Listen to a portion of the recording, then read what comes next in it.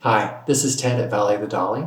I just got back from Italy, and this time I went to Lucca, which is a small walled city in the northern part of Italy in the Tuscany region. And to get there, one of the easiest ways is to fly into the Pisa airport, which is a small regional airport served by a lot of low-cost carriers. You can also get there from the US. If you fly on Lufthansa, you can fly into Frankfurt, and then from Frankfurt right on down to Pisa. And it's very close to Lucca, right there in that area. So Lucca affords you easy train transportation to Florence, to Milan, to Rome, also access up into Switzerland and then across into France as well. So it is a beautiful walled city in the Tuscany area of Italy. And we arrived for about 4 or 5 days. That was the length of the visit. And I met some American expats and I met some Northern European expats. And I wondered, why did they choose to live here as opposed to another country? And I found that one of the biggest reasons they chose this region is because they really loved Italy. And they may have married an Italian and come back and had children, or they may have decided to move from the US and make Italy their home. And in both cases, or multiple cases, they had chosen to really dive in, to learn the language, to assimilate to the culture, but they did not become Italian citizens. They have chosen to remain with their current nationality, whether that's the US or a Northern European country, and they are living there as long-term foreign residents for 10, 20 years, and they are choosing a visa that's appropriate for their reason for remaining or being in the country. And then we got talking about real estate because somebody had said to me, Americans come over here or people come down from Northern Europe and they say, why should I look at property here or in Lucca, or should I look in Portugal and look at Lisbon or Spain? And the response usually is, I don't know, I haven't looked at property in both of those. But I've lived in Portugal, I've been to Italy a number of times, and yeah, it is very interesting to look at the difference in cost regarding real estate in both locations as well as the cost of living. So if you kind of dive into this, the first thing that I did was look at the overall cost of living. And if you look at a site, Numbeo, it'll give you the overall cost of living. So they're saying if you're comparing Lisbon to Lucca, that Lucca is about 30% higher, right, than living in Lisbon. That's the consumer prices. But if you factor in rent, which is, 28% less than it is in Lisbon, then Lucca kind of averages out to be slightly more expensive than living in Lisbon. But those consumer costs are really variables to a certain degree that you can decide how much you want to spend. Do you want to eat every meal inside the walled city in the more touristed areas, which will be more expensive than eating outside the walled city? There are a lot of really great restaurants, a lot of really great residential locations outside of the wall. So again, these prices are kind of variable depending on where you think you're going to be living, and that's the same, true in Lisbon as well. If you live in the very, very central district, close to the most touristed areas, you're going to be paying more touristy prices than if you live further out away from those areas. And then I decided to go to the site Idealista and look at what is the cost of actually renting in each of these three cities. Let's use some real life examples of what the current rates are right now.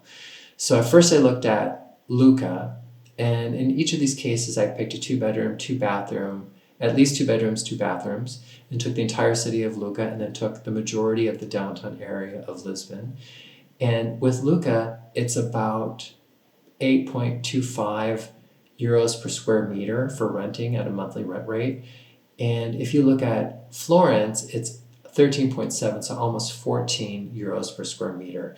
And if you look at Lisbon, right now, based on what's currently available on Idealista for rent right now, it's over 17, so 17.22 euros per square meter. So that's more than double what the current rental rate is going for at Lucca, which is at 8. So it'd be doubling that would be, excuse me, 16.44, which is still less than 17.22 from Lisbon.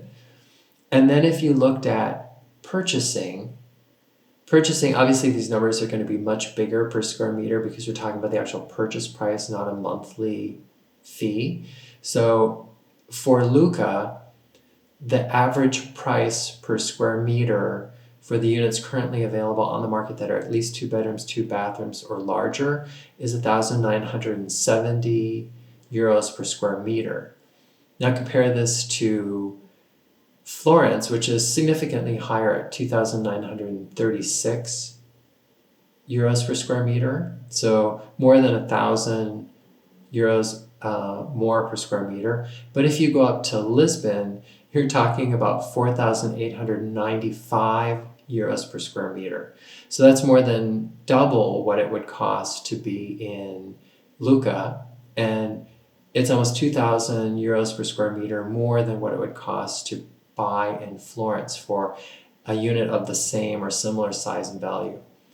And I thought that was really surprising, but then you have to remember real estate values in Portugal have climbed by 70% from 2010 to 2022. So in those 12 years, it's gone up 70%. So yes, if you bought a property 10 years ago, you've probably done very well for yourself. But if you buy a property now in Lisbon, you're looking at Portugal, which is by many experts considered at least 20% overvalued, and one of the frothier of the housing markets inside the EU.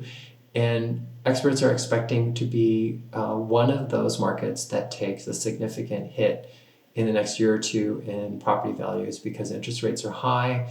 That's going to drive down the value of property or what people can afford to pay.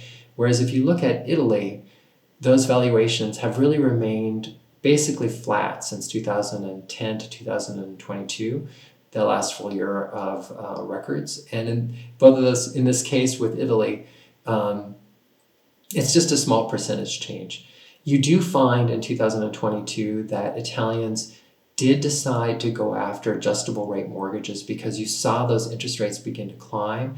And it may seem counterintuitive that you wouldn't want to lock in a rate, but I think they saw those rates going up and they didn't want to pay the higher rate and get locked in at that. They wanted, the EU Central Bank has been saying the rates are going to go up and then we expect them to drop back down again in 2 or 3 years as inflation comes under control. So they're taking an adjustable rate mortgage, assuming that, yes, they'll have this bump up, but it will come back down again. So we'll have to wait to see whether or not that happens. That's a fortune to tell on another day. But right now you see that the value of a home in Italy has remained relatively stable, but hasn't hit a big increase or a big decrease in these last 12 years. Where with Portugal, if you go back past 2010, you'll know that it hit a high, then cratered in 2013 to 2015, and then just went up again at seismic levels really quickly. So people will look at Italy and they'll say, yes, Italy is apparently the number one country in Europe for Americans to buy a second home. It is significantly cheaper than either Portugal or Spain to purchase a house. According to some of the information that I found, this also comes with lower transaction costs when you're purchasing, and it also comes with less pain in capital gains when you sell. Or at least there's supposed to be capital gains advantages when you sell those properties in Italy. And also in Italy, they offer certain government schemes which will help you fix up that building or home when you buy it there. I'm not saying that every house or apartment comes with this as a possibility, but the government does offer financial assistance or advantages in these schemes for modernizing or altering these buildings. So Italy becomes really kind of an enticing and appealing location for a lot of people who may not be looking for citizenship, but maybe looking for a long, long period of residency, maybe for the rest of their life. I don't know, but it gives you that opportunity to look at another area of Europe that's just incredibly beautiful, picturesque, with incredible history, food, locations to visit. And I thought it was a really interesting location. This is Ted at Valley of the Dolly. Please hit the like and subscribe button if you enjoyed this video. And I look forward to talking with you again. Thank you. Bye now.